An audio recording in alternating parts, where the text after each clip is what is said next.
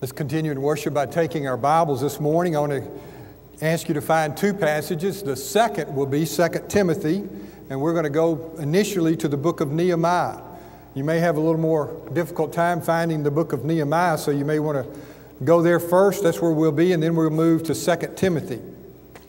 This morning we're concluding our four-part series that we began on building walls.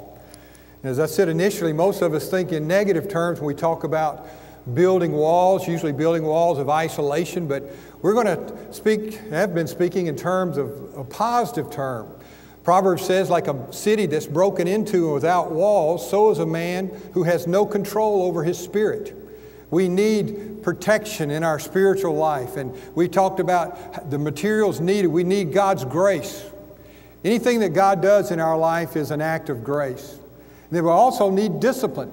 Paul encouraged Timothy, discipline yourself for the purpose of godliness. So we can't just sit back and expect God to just make us into great spiritual giants. He does the work, but we discipline ourselves.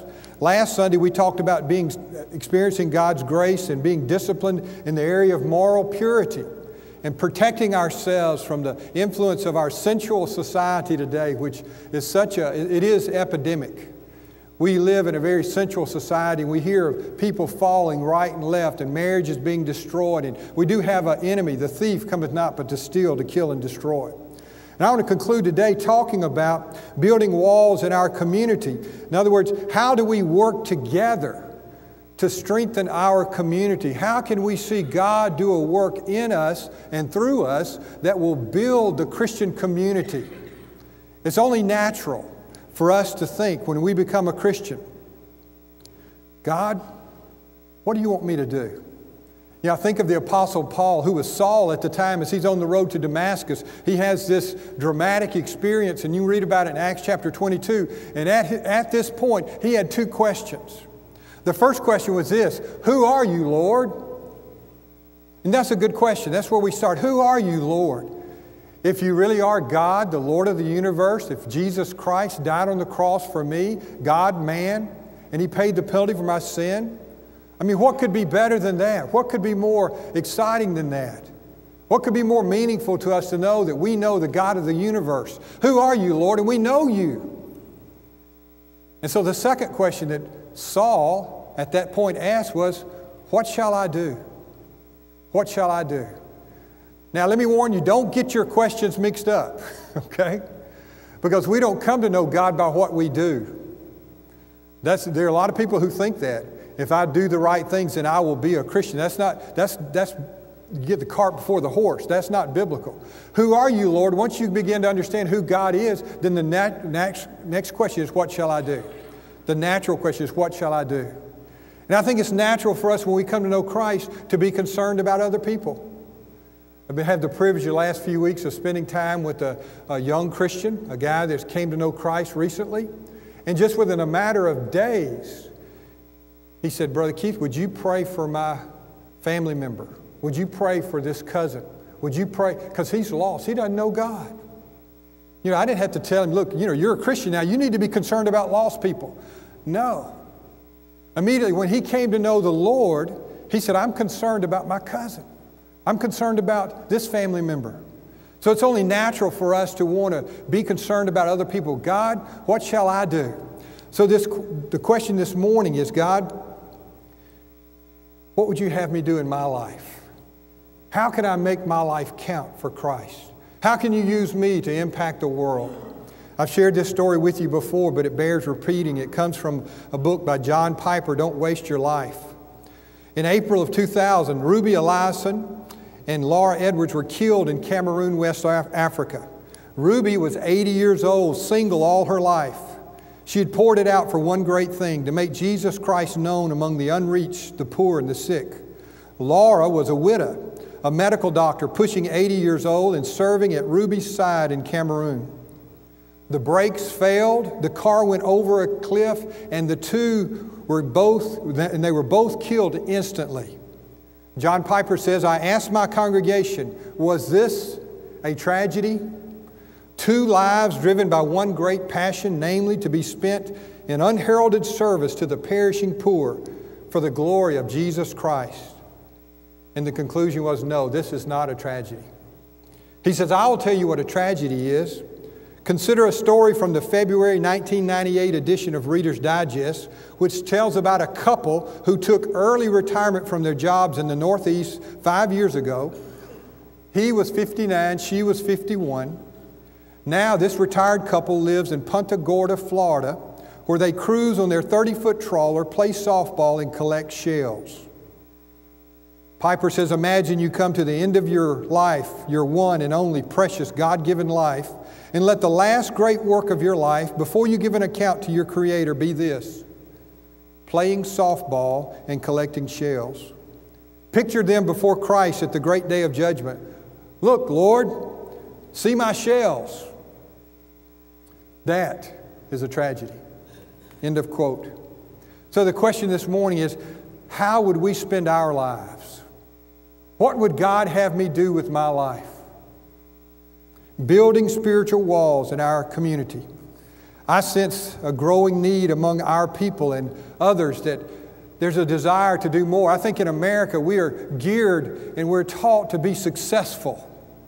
We want to have a big business. We want to have a nice family. We want to have a Christian home and a yard full of kids and a white picket fence around that yard.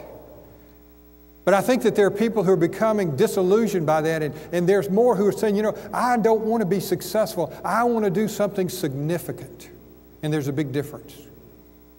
I've said many times, you know, when I'm old, sitting on the front porch at the nursing home, and Teresa's wiping the saliva out of the corner of my mouth, you know, I want to think about my life. Did it really count? Did it really make a difference? And I hope this morning that you will think along those lines with me as well. How can we build spiritual walls in the community? I remind you the way we do that is to influence or impact the lives of people one person at a time. One person at a time.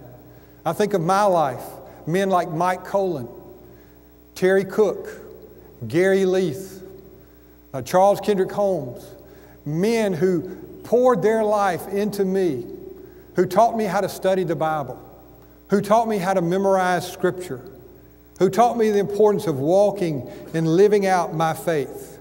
Each of them invested a little bit of themselves in me, and they met me at a point of need. I'm beginning to realize at the age of 53 that as we're a part of this process, no one can do it all for everybody. That's really not, I don't think, even God's design.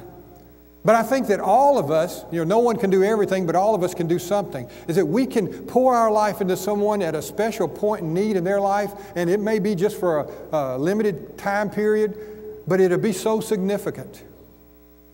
We can touch that person at a point of need. As I look back over my life, that's what God has done. He has sent men into my life at a particular time who made a tremendous impact on my life. And most of these guys I never seen. I never see. Haven't seen them since. But you know, the men I've talked about here, all of them are walking with the Lord. One of them, Robert Fraley, is with the Lord right now. So how can we impact the lives of other people? You know, again, we can't genuinely impact the lives of others if Christ has not made a difference in our lives. And you know, when Jesus makes a difference in our life, we want to make a difference in the lives of other people. We want to do it. You know, Paul says in 2 Corinthians 5 that the love of Christ controls me, having concluded this, that one died for all. When Paul began to understand the love of Christ, he began to realize that this is the message that I want others to hear. We're going to begin in the book of Nehemiah, and we're using the picture of Nehemiah here in building spiritual walls. And there are a couple of principles we see from this book that are important. Nehemiah chapter 1, verse 4. Nehemiah is in Babylon, and he hears about the condition of Jerusalem. He said, when I heard these words, I sat down and wept and mourned for days. And I was fasting and praying before the God of heaven. The first thing we have to have if we're going to impact the lives of other people, we have to have a burden. Here we see God's people agonized. God's people agonized. You know, it's been said that a few people with a burden can do more than hundreds of people without. Laura and Ruby, the two elderly women who died in Cameroon. Think about it. Why would you be in Africa at 80 years old. Why would you want to be on the mission field at 80 years old? There's only one way I can explain it. They had a burden. They had a passion. Nobody made them go. You know, at 80 years old, I don't think you can get 80-year-old folks to do anything they don't want to do anyway. I know I can't with my parents. I'm trying to get them to move closer to my sister. They don't want to hear of it. At 80 years old, they're on the mission field. I just got a sneaking suspicion that that's where they wanted to be. I got a sneaking suspicion that if you could have interviewed them before their car crash, I would rather die in Africa than to live in comfort in America. How can people think like that? Did somebody just pound that into their head? No, they love Jesus. They loved the Lord, and when God got a hold of their life, they couldn't think of doing anything else. And so when I talk about agonize, I'm not talking about, just this problem that we have, but it's a burden for lost people. John Wesley, when he was 84 years old, wrote in his diary, "A terrible sin has overtaken my soul. I slept to 5:30. Said, I'm asleep and there's a world perishing all around me." There was a man who had a burden for lost people, had a heart for the lost. There are a couple things we need to have a burden about. First of all, our walk with God. Our walk with God. Do we really take it seriously? Is it really the most significant relationship in our life? We can say, yes, it is. But our lifestyle is going to reflect that. Our walk with God, do we take it seriously?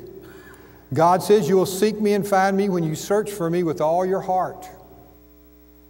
David said, "As the deer pants for the water brook, so my soul pants for thee, O God. When shall I come and appear before God?" I think as we look at a message like this morning, and we say, well, I don't really feel like I'm involved in reaching people. There's really, nothing that I've been involved. Well, let's just take a look at our heart and make sure that we're walking with God. Make sure that He is the priority of our life, that we do love Him with all of our heart, soul, and mind.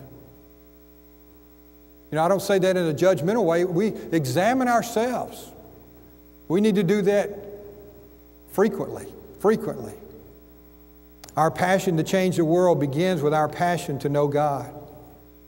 See, our passion reflects our purpose, and our purpose inspires our passion to know God. Have you ever thought about your purpose, a mission statement? I love Steve Farrar's book, Finishing Strong, and his mission statement, his purpose statement is very simply, don't screw up. He said, I don't want to screw up my walk with God, I don't want to screw up my marriage, and I don't want to mess up with my kids. It's pretty good. My mission statement, I stole it from the Navigators, to know Christ and to make Him known. That's what I want to accomplish in my life. That's my purpose. So I want that to be my passion. I want my passion to inspire my purpose, to know Christ and to make Him known. See, once we've experienced God's work of grace in our life, as we talked about, and we come to know God, then we want to discipline ourselves for the purpose of godliness. And we want to be used by God to make a difference. And that leads to our second burden. We ought to have a burden about our service for God. Again, our service is an overflow of our love for God. Who are you, Lord? What shall I do? Paul's questions. Who are you, Lord? What shall I do? I think it's only natural that we begin to think, God, why am I here? What is my purpose in life? Again, I sense more and more that people in the church are tired of just doing business as usual.